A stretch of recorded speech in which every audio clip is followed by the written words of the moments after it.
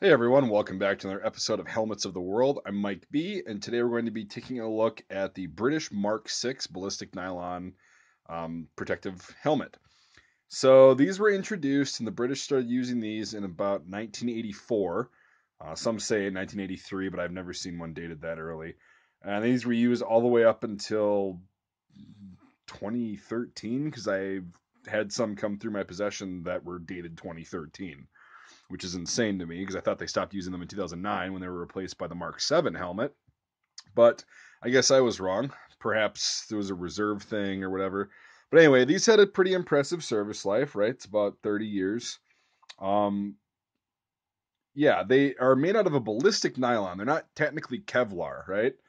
So apparently it's more stretchy, but it deteriorates over time, et cetera, et cetera. I'm not really an expert on the material itself, but I'll show you here in a little bit. We've got a couple different examples. This is just a cover that I decided to keep for my personal collection. It's got some netting on it. It's just a Woodland DPM cover, and then it's got tape on the edge. I kind of like it. I think that's really cool and unique. And since it's a used cover and a used helmet, I decided to keep it. So this has a 3-point chin strap system, right? If you can see this, you got 1, 2, and then 3, kind of the little hook in the back. We'll show you there in a second. There's a little ring there for it to stay on there. But yeah, anyway, so a lot of these covers are going to have this kind of stuff on it if they were used by soldiers. The cover itself just has nylon, or I'm sorry, not nylon, but like elastic bands on it to secure camouflage and stuff. These things, like most British helmets, historically, besides the Mark One, the Brodie helmet, because it's not very big, but like the turtle shell and everything, it's just a kind of a big, bulky, ugly looking helmet. But it doesn't look like the Brits really cared about how it looked because it was functional. So this thing again was used from 1984 until 2013. That's the date that I'm going to set because that's the latest one I've seen. And apparently the British liked it for a reason. They're not going to issue their guys total crap, um, but they did. They have since upgraded to the Mark Seven, and then I forgot the name of it. The new one that looks like a Pasget. It's anyway. So they've now gone to the German style one where it's got like the ear flares like everyone else has. So this chin strap's really interesting. It's got like a leather back on it, which is actually really comfortable. It's really soft. It's suede leather. And then the chin strap is actually canvas. It's not nylon. Nylon digs into your neck and stuff, but canvas is softer. It really doesn't. It's secured by a snap, and then there's a ring, right? And then to take it off, you simply pull it off like that, and the liner is actually really cool. So you've got these two pads. You got the front pad and the rear pad, and they're slightly adjustable using this little strap right there. And I think the other one's just stationary. But anyway, it pulls this strap and pulls this piece forward so you can adjust it slightly. Comes in a few different sizes. I think the generally kind of common sizes are small, medium, and large. Apparently you have extra large and then probably extra small, I would guess. Don't know about those for sure. I know there's extra large. Those are really hard to find. So those are the three sizes you're going to encounter the most. Very comfortable helmet, right? We got this foam pad right here. Again, they're ugly, right? But they're really comfortable. I got the little straps right there. You can adjust the height. And then it's secured by these two little rubber gasket things, which I'll show you on the one that doesn't have the cover on it. So this one's got a bunch of writing on it and stuff. Different people have owned it over the years, obviously. The date on this one is not in here. I'll show you the dates on the other one where to find it. So here's what most of them looked like really early on, right? The outside, you can kind of see the ballistic nylon, the pattern of it. It looks kind of like Kevlar, but it's a little bit thinner. But yeah, you can see that because the paint's over that. But yeah, so these are the two little rubber things that stick out of the back, the little antenna. But nah, they're just little rubber gaskets that hold the liner into place, and then the chin strap is secured by screws.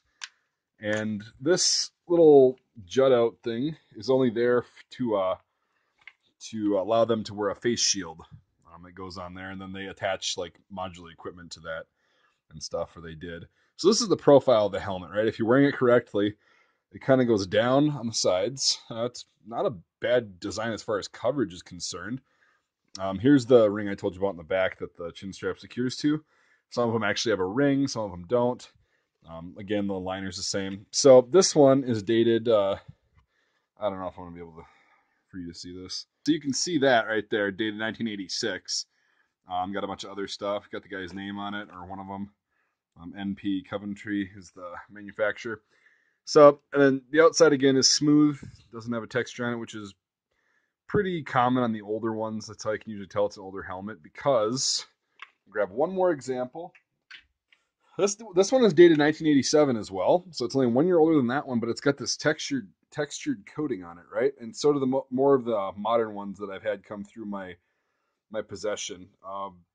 Yeah, I don't collect these. I actually sell these on my website at www.mikesmilitaria.com. These are really hard to find in the US. I believe I'm the only one who imports these right now. They're super hard to find here, and they're really cool, and they're collectible now because the British phased these out. And I think I tested an older one, and it didn't do very well ballistically. But I think if I were to test a different one, it might do a little better. So I'll probably do that in the future, test a newer one. Again, the design is still the same. You got the little jut out thing right there. And this one, yeah, this one hasn't been used too much. And this one's got the tag in the back, behind the back pad. You're not going to be able to see that. Anyway, it's dated 1987 on the bottom, you can see. Hopefully. Whatever. So yeah, they're either going to be right there or they're going to be on one of the ears. Same liner style and everything, though. So juts out the back. Little alien antenna things.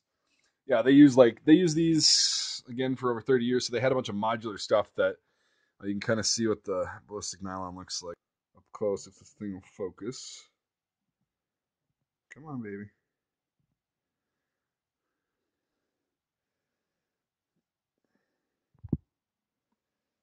Okay, there we go. Yeah, so that's kind of what it looks like, the pattern. It looks kind of like Kevlar. You can see it right there. Right here. But kind of not really. So, yeah, this is the British Mark 6.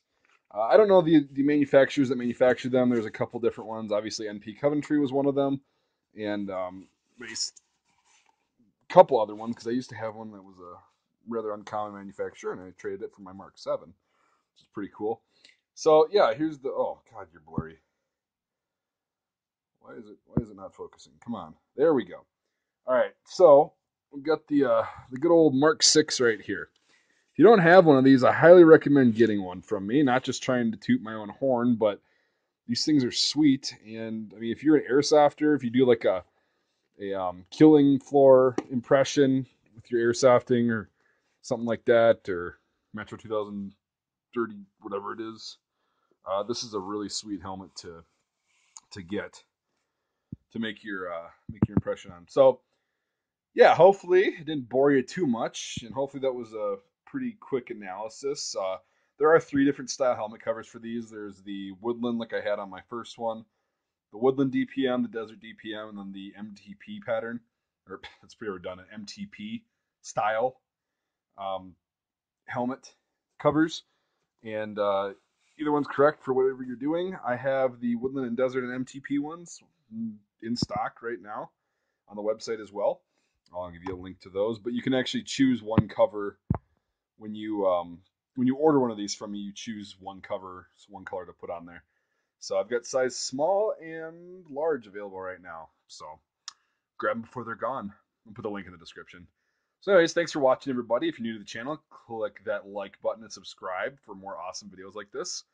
I forgot who reminded me to make this, but thank you for reminding me to make this video. I've been meaning to do it for a while and just never did. It's a really sweet helmet. I love these things. I have a hard time not keeping all of them for myself, but whatever.